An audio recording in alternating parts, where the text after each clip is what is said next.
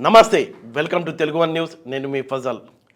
Parliament ఎన్నికల నేపథ్యంలో ఎలాగైనా తెలంగాణలో 10కి పైగా స్థానాల్ని కైవసం చేసుకోవాలని భారతీయ జనతా పార్టీ చాలా వ్యూహాత్మకంగా వ్యవహరిస్తుందని చెప్పుకోవచ్చు.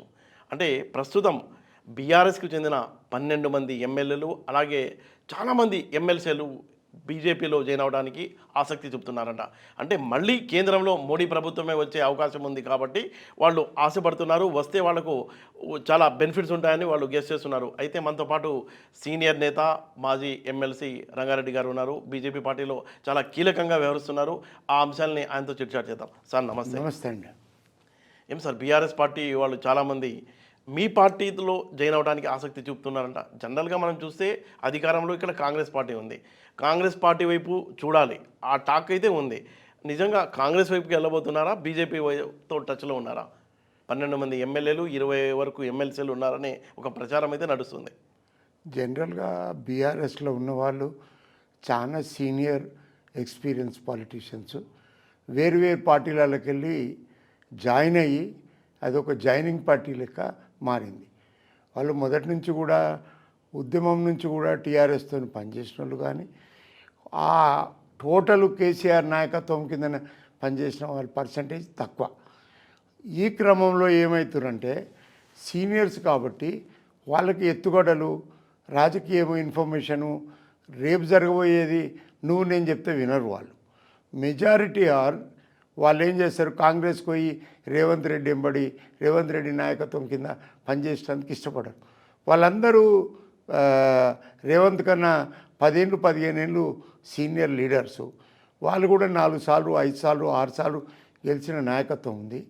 వాళ్ళందరి దృష్టి కూడా సెంటర్లో బీజేపీ వస్తుంది కాబట్టి రేపు ఫ్యూచర్లో కూడా అన్ని రాష్ట్రాలలో బీజేపీ ఉన్నది కాబట్టి ఇక్కడ అడ్వాంటేజెస్ ఎక్కువ ఉంటాయని ఆలోచిస్తున్నమాట వాస్తవమే.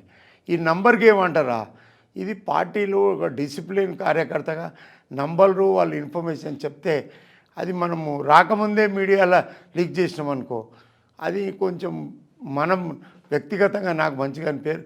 మీరు చెప్పిన దాంట్లో సత్యం మాత్రం ఉన్నమాట వాస్తవమే. అంటే ఎందుకు బీజేపీ వైపు రావాలని ఆసక్తి చెప్తున్నారు వాళ్ళు, కాంగ్రెస్ను కాదని? అంటే ఏం ఫ్యూచర్ ఉంటుంది? ఇప్పుడు కాంగ్రెస్ పార్టీలో వెళ్తే ఏదో మంత్రి పదవినో చైర్మన్ పదవిలో వస్తాయి, బీఆర్ఎస్లో బీజేపీలో వస్తే ఏమొస్తాయి? ఇప్పుడు బీఆర్ఎస్లో ఉన్నది 39, మేమున్నాము 8.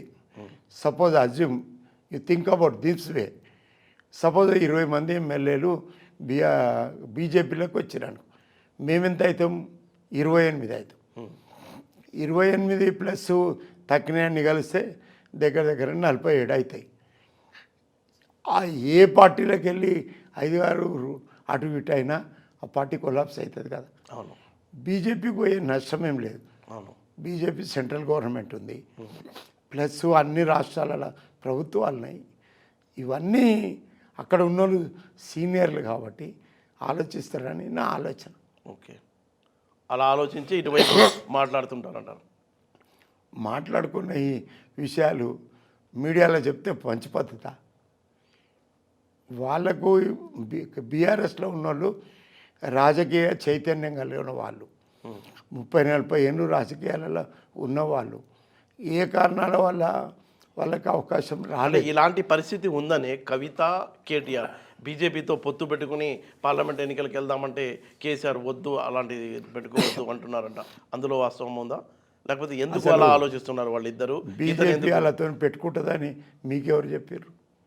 కవిత, కేటీఆర్ ఆసక్తి చూపుతున్నారు, కేసీఆర్ వద్దంటున్నారంట. మీడియా చూపిస్తుంది, బీజేపీ ఎక్కడ చూపించింది నాకు చూపి.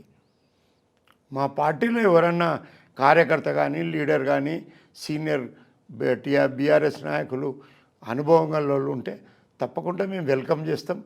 వాళ్ళు మాతో టచ్లో వీళ్ళు అంటున్నారు అలా వాళ్ళ భయానికి మీ కారణం కాదు కదా. వాళ్ళు భయపడుతున్నారో ధైర్యంగా ఉన్నారో అది మీడియా మీరు చెప్పాలి, మేమెట్లా చెప్తాం? అంటే బీజేపీ రేపు పార్లమెంట్ ఎన్నికల్లో బీజేపీతో కలిసి పోటీ చేయాలనుకుంటున్నారంట వాళ్ళిద్దరు. కేసీఆర్ అయితే కాదు. మేము ఆల్రెడీ 12 నుంచి 10 స్థానాలు ఇప్పుడు స్వీప్ చేస్తాం. లాస్ట్ టైం ఏం లేనప్పుడే 4 ఎంపీలు గెలిచినాం. ఇప్పుడు సెంట్రల్ గవర్నమెంట్లో అంత పెద్ద వేవ్ ఉండగా వాళ్ళ అవసరం మాకెందుకుంది? ఉంటుందా? వాళ్ళు ఎమ్మెల్యేలే ఇక్కడ వస్తాను చూస్తుంటుంటే వాళ్ళతో పెట్టుకొని మేము చేయగలిగింది ఏముంది. ఓకే. అయినప్పటికీ అది హైకమాండ్ చేయాల్సిన పాలసీ. నేను వ్యక్తిగతంగా చెప్పలేను. వారు హైకమాండ్లో ఏం మాట్లాడుతుండ్రు, ఏం చేస్తున్నారు అన్నది అది తెలియని విషయాన్ని మీడియాలో చెప్పడం ధర్మం కాదు.